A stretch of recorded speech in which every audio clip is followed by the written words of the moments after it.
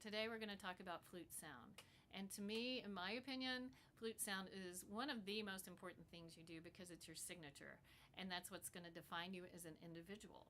There are a few principles that can help you improve your sound. So let's start at the beginning. I think that the placement of the flute is very important. I see a lot of people come in for lessons and that sort of thing who place this back edge of the flute a little bit too high on their bottom lip. A good average way to place the flute is where the line of the lip meets the skin. Now, it varies with the size of the lip, definitely. So this is where a private teacher comes into play, and it's very different for piccolo. But for flute, it's good if you place it on this line right here to maximize the whole lip. It's kind of like a clarinetist or an oboist cutting off a reed if you don't use all the lip. If I go up on my lip, it sounds pretty thin. But if I use the whole lip, it sounds much fuller. And that's not doing anything different.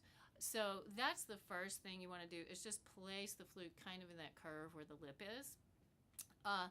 The next thing you want to do is, it's probably easiest just to say the word pure or poo.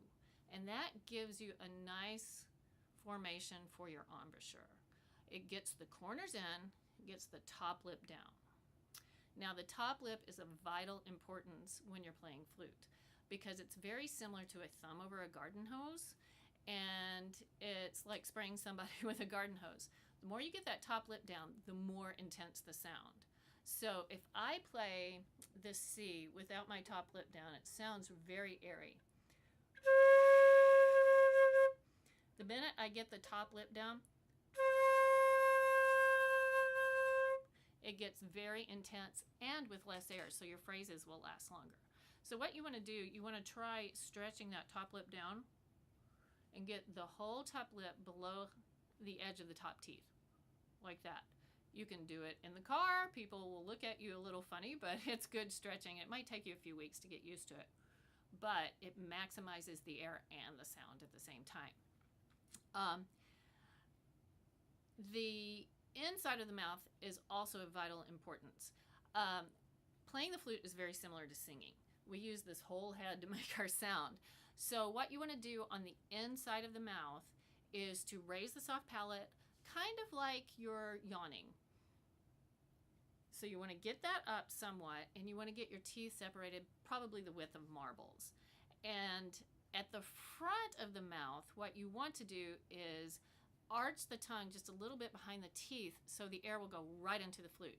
Otherwise, the teeth will interfere with the air if your tongue is down too low. So it's kind of like you're saying T, T-I-H, just say that, and you feel that arch right there. So then the air is really open right here to resonate, and then goes whoosh into the flute. So if I don't do that, it sounds like this. So the first one was much more intense and less airy. So that's what you want to do with the arch of the tongue.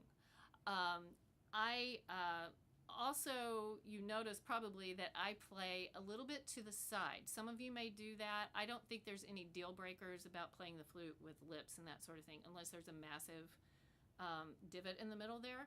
I just naturally always played to the side. So I have to move my flute forward to get in line with the teeth. If you play to the right side, you move it back a little bit to get more intense. All of these things should probably help you get a better flute sound. There's no substitute for a private teacher, but all of these things should help you. If you have any questions, you can always contact me.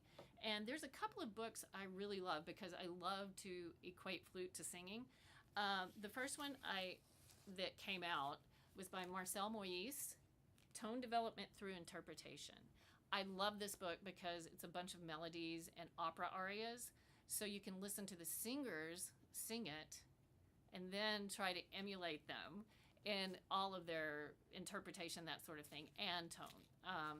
It does a lot of things other than tone, but I really love this. My only complaint about this book is that it doesn't have the opera aria names there, so I've done a little bit of digging to find some of them. I don't know all of them, so I hope somebody out there will do that sometime. Maybe they have, I don't know.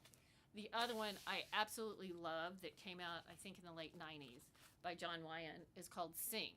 Now, he describes what's going on in the opera, and he has his favorite performer doing it, and he has the aria. So you can play it and try to emulate the singer. So I hope this helps you all with your sound.